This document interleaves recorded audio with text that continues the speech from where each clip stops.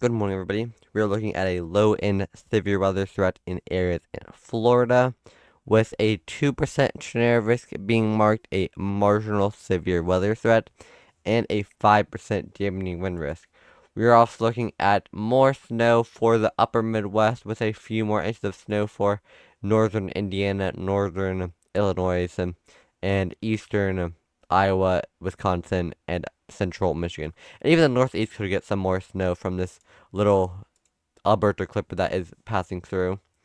We're also expecting a lot of lake effect snow events and snowstorms to go pass down into the northern U.S., Midwest, and Northeast, and even West Virginia. And Virginia could get more inches of snow tomorrow, possibly. So we are looking at major snow across much of the northern U.S. and Midwest and Northeast states.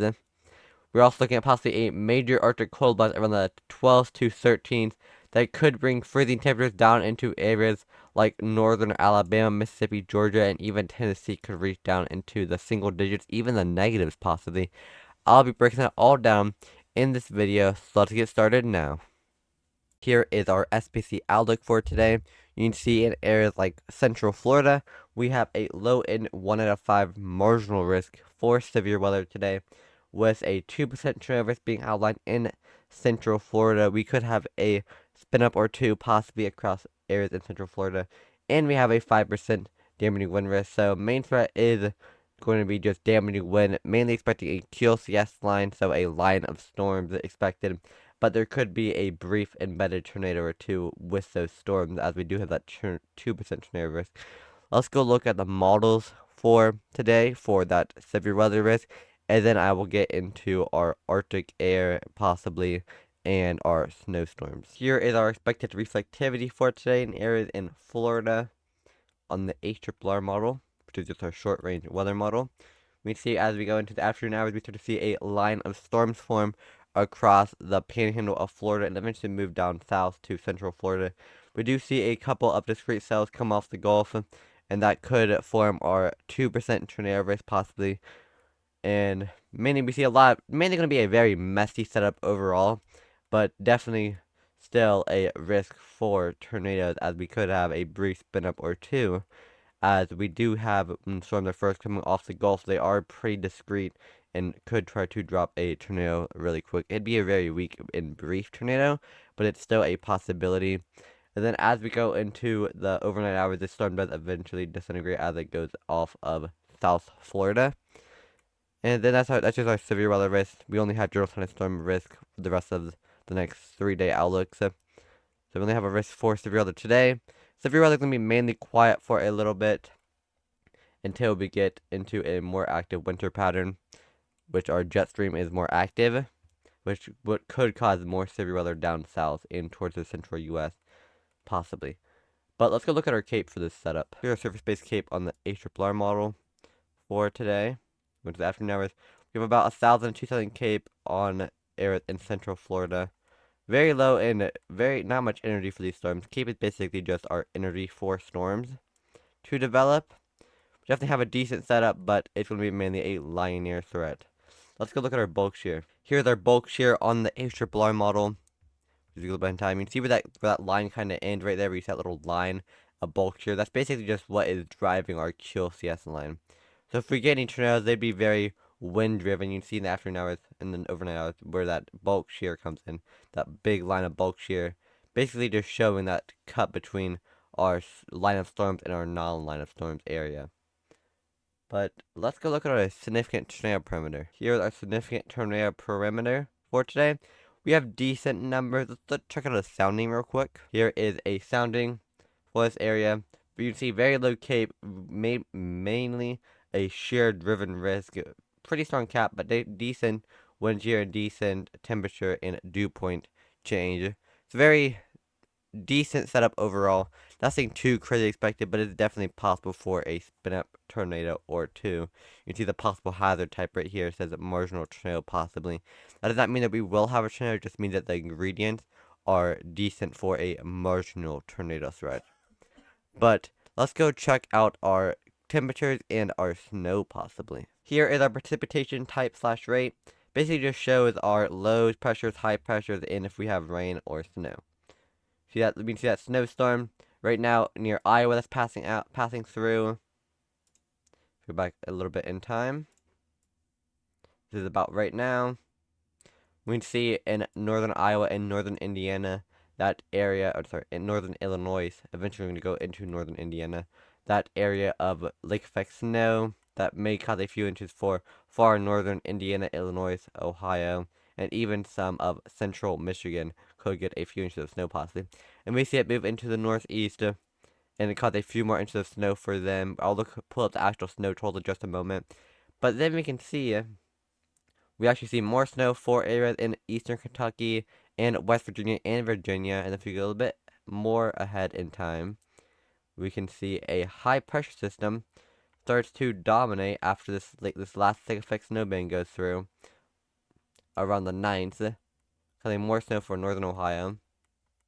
We can see if we go ahead in time, a high pressure system starts to try to dominate the Midwest area for a couple hours actually, and very not long lasting.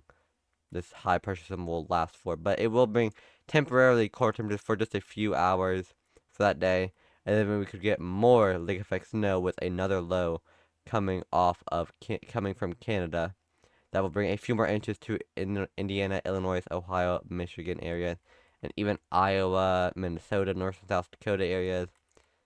We're even see some Arkansas get into this areas of snowfall possibly. This is around the 11th to the 12th, and that does move to the northeast, bringing more snow to areas like PA and New York in the northeast. And even some of West Virginia could get more snow from that system. We're looking at a very active weather pattern.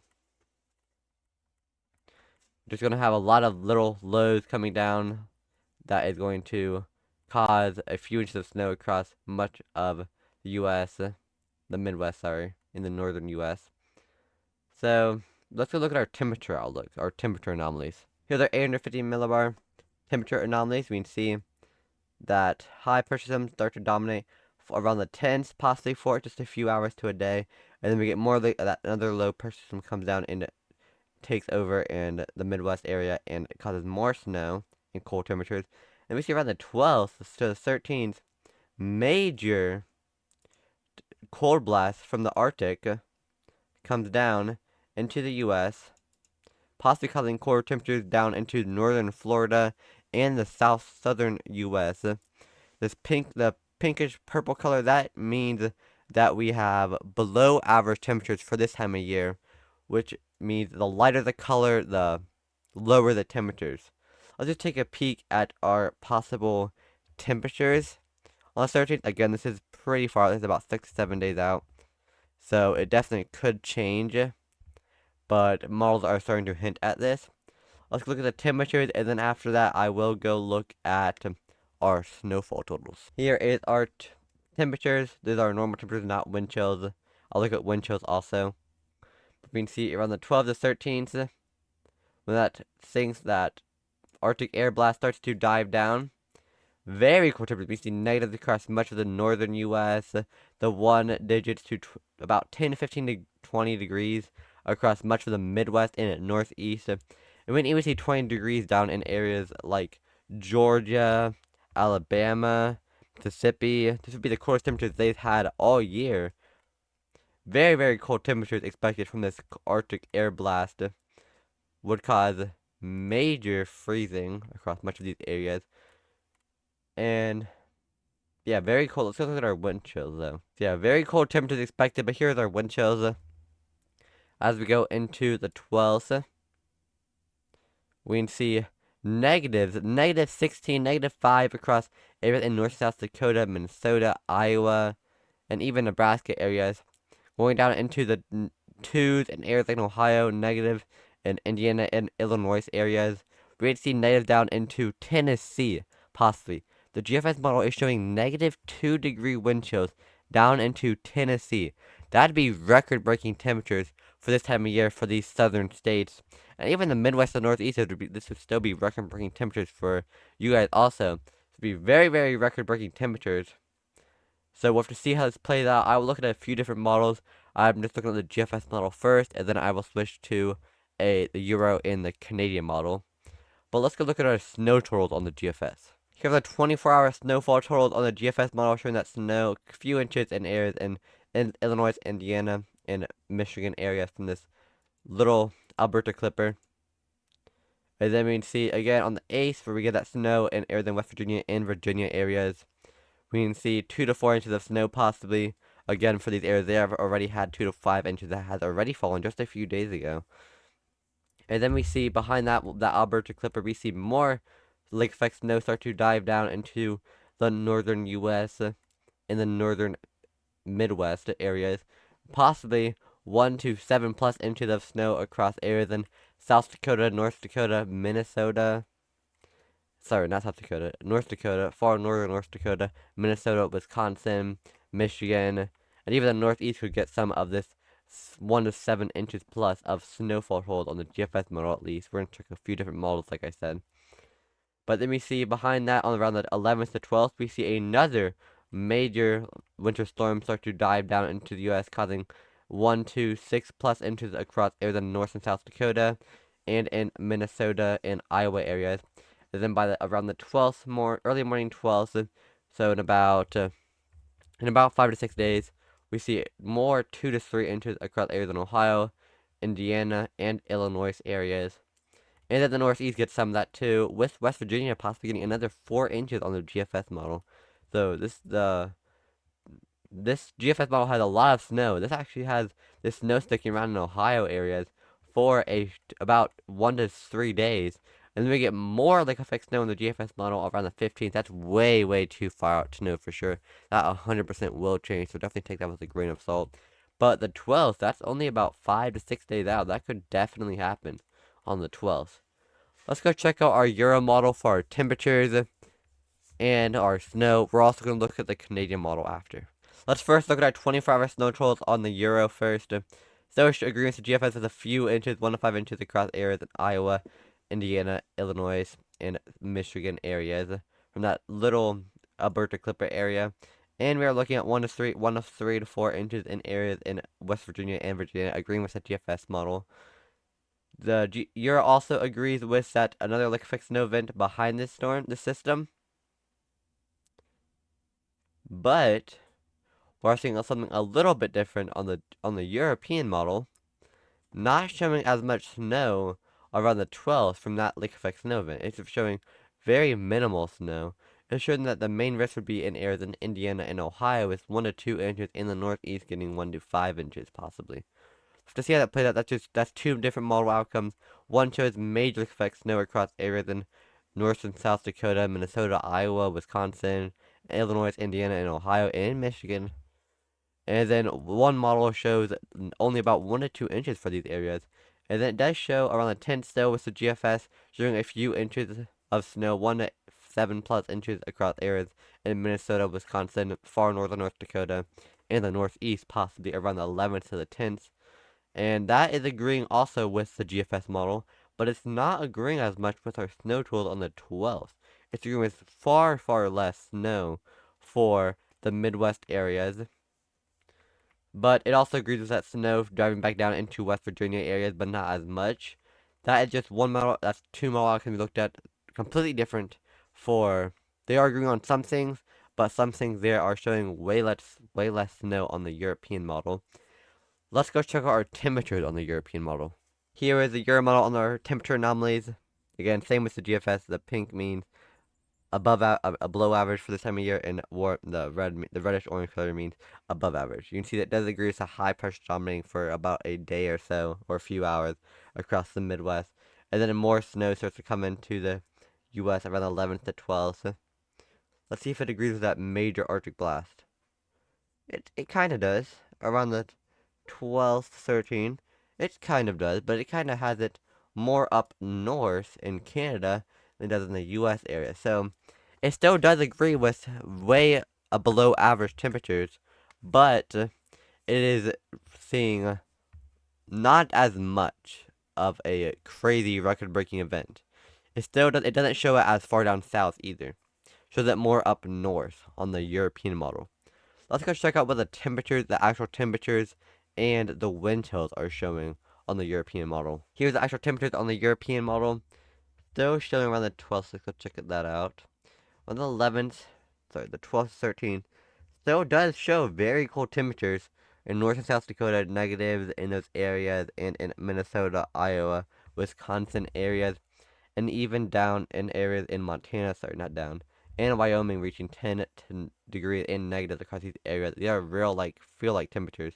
These are real temperatures, not feel like temperatures. And then still showing about 10 degrees in areas in Ohio and Illinois and Indiana areas. So definitely doesn't show as cold of temperatures, but does still show 20 to 30 degrees, 20 to 30 degrees in areas in northern Alabama, Mississippi, and Georgia on this model, and even central states getting down into 30s in the nighttime hours. So it kind of does agree, but definitely has it not being as cold on the European model. Let's go look at the wind chills. Here is our wind chills on the European model, because they're the 12th, 13th. Again, still shows very, very cold temperatures first time of year. Still showing 9 degrees, and it actually shows colder in the northern U.S. It shows almost all of the Midwest and northern U.S. reaching the negatives. It shows Oklahoma getting down into the 6 and 3 degrees. So it actually kind of shows it kind of more north and more west. Just not as cold. But it shows it being colder for the Midwest and northern U.S. and western U.S. areas and central west U.S. areas getting colder, but not as cold as the GFS model. The GFS model has it going down more south in areas like Alabama, Mississippi, Tennessee areas reaching the negatives, and not as cold for areas like Ohio, for example, but still does show major cold blasts either way on two different models. Now, they do show a little bit of different outcomes. Obviously, they're not going to be the same. They are different models. They collect different data. They process the data differently. But that's two different models showing that major Arctic cold blast. We're going to look at one other model before I end this video. Let's go check out the Canadian weather model. Like we do with the other models, we're going to look at our snowfall totals first, our 24-hour snowfall totals. This does agree with the GFS showing 1 to 4 inches in areas in West Virginia and Virginia areas. And then does show a few inches across eastern Iowa, southern Wisconsin, and northern Indiana and Illinois, and central areas in Michigan, and also the northeast getting another few inches of snow. 1 to 4 inches in West Virginia and Virginia. And then we see, as we go into the 12th, see if it shows what the GFS is showing. Okay, so we have a little bit of a difference again with this model also. All the models at least show all around the 10th a major snow event for areas in North Dakota, Minnesota, Wisconsin, and the far northern U.S., far northern Midwest areas like Michigan, in those areas, and the Northeast. But they all kind of agree around the 12th to 14th, possibly more, a major snow event, snowstorm for areas like Iowa, Illinois, Indiana, Ohio, Northeast, in the northern U.S. areas. But the Canadian model actually does agree with the GFS, but it has it 2 days ahead. So at this point, we would be about 7 to 9 days out. So this is way too far out snow for sure at this point. But it still does agree with the other models kind of.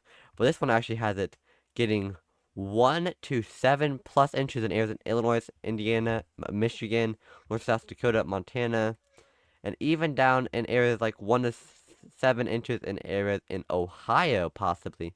This would be the highest snow Ohio, Indiana, and Illinois areas have gotten so far this year. We'll have to see how that plays out. But again, this is way too far to know for sure. All of it, the 12th, the snow event on the 12th is too far to know for sure. But it's definitely something we should be watching. Let's look at our temperature anomalies again, like we did with the other models. Here are the temperature anomalies on the Canadian model.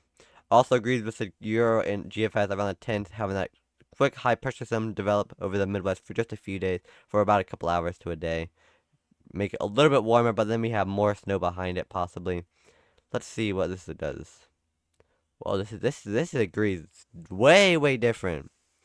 This model outcome is completely different on the Canadian model. First off, it has it way farther out. It has it by the 13th, where the other models have it down into areas like Tennessee and Kentucky. It only has it in areas in Minnesota at this point, the actual cold temperatures. And then this only has it reaching down into areas in Kentucky and maybe central to northern Tennessee. Not much below average temperatures expected for them. But then it showed that moving out around, this is around the 14th, 15th it shows it. So this is way, way too far out to know for sure at all. But then it shows the western U.S. actually getting way above average temperatures for this time of year after that snow event goes through. That definitely could change though, guys. This is way, way too far out to know for sure what the Canadian model is showing. It's showing basically the Canadian model is kind of agreeing with the other models, but it has everything way farther north, and it has them about 2 to 3 days after all the other models had them happening. Let's just check out our temperatures though, even though it is way too far out to know for sure. But let's just check it out just a good little hint at what the Canadian is showing. Here are the temperatures on the Canadian model. We can see around the 15th, so it kind of agrees with the Euro if we go back in time. But we looked at this. We can see it kind of agrees with the Euro for areas in Ohio, for example, agreeing with -3, -2 in areas in Indiana and Illinois areas, and down into the 20s and 30s, like far northern areas in Alabama, but does not show this going out into the 30s in areas in Mississippi or Georgia, at least on the latest Canadian weather model.